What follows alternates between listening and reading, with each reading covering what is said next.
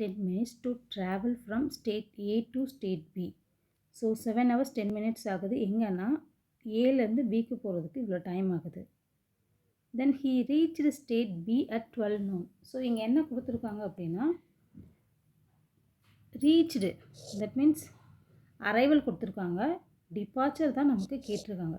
So A to Bக்கு போகுது அப்படின்னா இங்கே என்ன கொடுத்துட்டாங்க, அரைவல் வந்து 12 noon கொடுத்துட்டாங்க. டிபார்ச்சர் எப்போன்னு கேட்டிருக்காங்க. 7 hours 10 minutes ஆயிருக்கான். அப்போ என்ன பண்ணணும்னா சப்ராக்ட் பண்ணும்.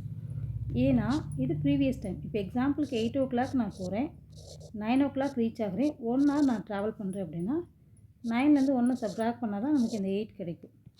ஸோ சிமிலர்லி நம்ம என்ன பண்ணுறோன்னா இந்த 12 noonல இருந்து இந்த 7 hours 10 minutes சப்ராக்ட் பண்ணுறோம்.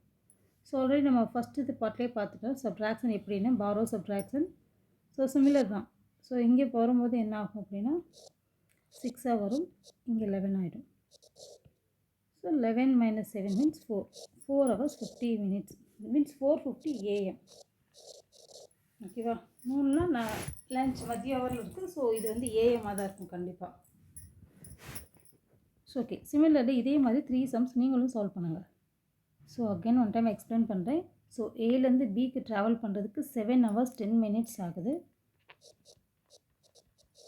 நம்ம என்ன பண்ணுறோன்னா இந்த 12 noonலேருந்து இந்த 7 hours 10 minutes சப்ராக்ட் பண்ணுறோம். சப்ராக்ட் பண்ணால் என்ன ஆன்சர் வருதோ அதுதான் ஆன்சர். ஸோ இதில் நம்ம கவனிக்க வேண்டியது என்னென்னு பார்த்தோன்னா இது 12 noon சொல்கிறாங்க. ஸோ இப்போ 12 noonல இருந்து 7 hours நம்ம சப்ராக்ட் பண்ணும்போது அது எந்த டைம் ஆகுதுன்னா 4:50 AM வருது. ஸோ ஏஎம் அண்ட் பிஎம்மை கொஞ்சம் கவனமாக போடணும், அதுதான் இங்கே கான்செப்ட்டு. ஸோ ஓகே, ஸோ இதே ரிலேட்டடான வந்து நமக்கு இங்கே ப்ராப்ளம்ஸ் இருக்குது. Tom took 5 hours and 45 minutes to drive. So இந்த சம்லாம் இருக்கும். இதையும் அதே போல் கரெக்டாக சால்வ் பண்ணி நீங்கள் கமெண்ட் பாக்ஸில் கமெண்ட் பண்ணுங்கள்.